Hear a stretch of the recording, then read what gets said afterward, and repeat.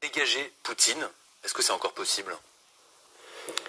En tous les cas, ce qui est possible, c'est de faire une paix qui ne soit pas à ses conditions, de soutenir suffisamment l'Ukraine et tenter de ne pas rompre le lien transatlantique, c'est-à-dire d'essayer de ramener les États-Unis à une position plus raisonnable pour que suffisamment de pression s'exerce sur Poutine pour qu'il comprenne que si la guerre devait s'arrêter, ce ne serait pas précisément une capitulation. Et pourquoi est-ce qu'on a besoin d'une paix qui ne soit pas une capitulation? Parce que si la paix est une capitulation, alors la guerre reprend immédiatement. C'est ça qu'il faut comprendre.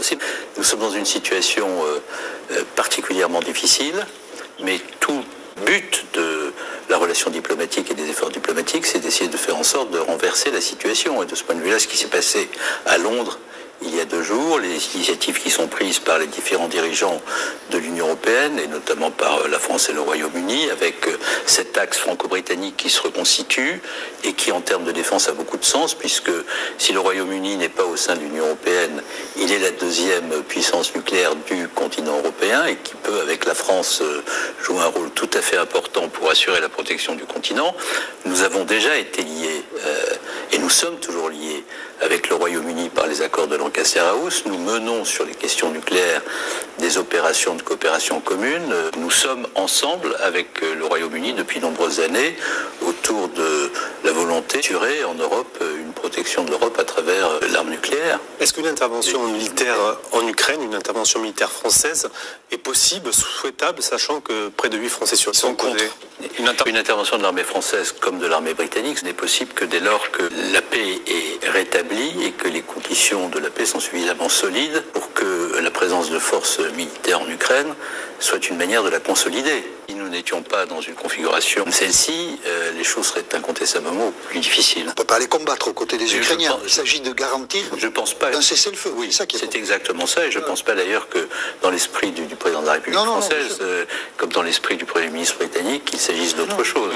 Ce qui est l'extrême droite dans sa nature profonde. Vous avez vu l'intervention de J.D. Vance il y a de cela quelques jours en Europe, à Munich, indiquant que nous avions abandonné toute référence à la liberté d'expression, que nous étions des pays foulant aux pieds tous les principes de liberté. Vous avez vu ce que ça donne aux États-Unis. C'est-à-dire qu'aujourd'hui, la société de presse ne peut plus entrer dans le bureau ovale au motif qu'elle n'est pas en faveur du président Trump. Ils sont en train d'accréditer des journalistes qui sont en réalité des influenceurs chassant en meute. Et la liberté d'expression, on voit ce qu'elle est en train de devenir dans ce pays, qui était quand même, encore une fois, le pays leader du monde libre. Roger sur le fait de savoir si ce pays est encore un allié a beaucoup de sens compte tenu de ce que vous venez d'évoquer à l'instant. Les réactions en France, politiques? Je trouve que les réactions politiques en France, elles sont assez conformes à ce qui est devenu le paysage. Vous avez 2 formations politiques qui sont situées aux extrêmes de l'échiquier, un peu gênées aux entournures. Nous voyons Jean-Luc Mélenchon qui se met désormais à critiquer les provocateurs. C'est une forme d'autocritique d'ailleurs, parce que en matière de provocation, il a un talent qui lui permet de savoir de quoi il parle, sur les sujets notamment les plus sérieux. Et ce qu'il a dit en qualifiant Zelensky de provocateur était une provocation supplémentaire de quelqu'un qui a fait de la transgression une manière d'identité politique, une manière d'ailleurs d'agression parfois de ceux qui ne pensent pas comme lui, avec une violence qui est devenue là aussi une modalité. Marine Le Pen, elle est prise en sandwich entre Trump d'un côté et Poutine de l'autre. Quand vous êtes entre 2 tranches de pain aussi solides, colossales et racistes, ça doit être très difficile d'arriver à trouver son espace. C'est ce qui lui arrive.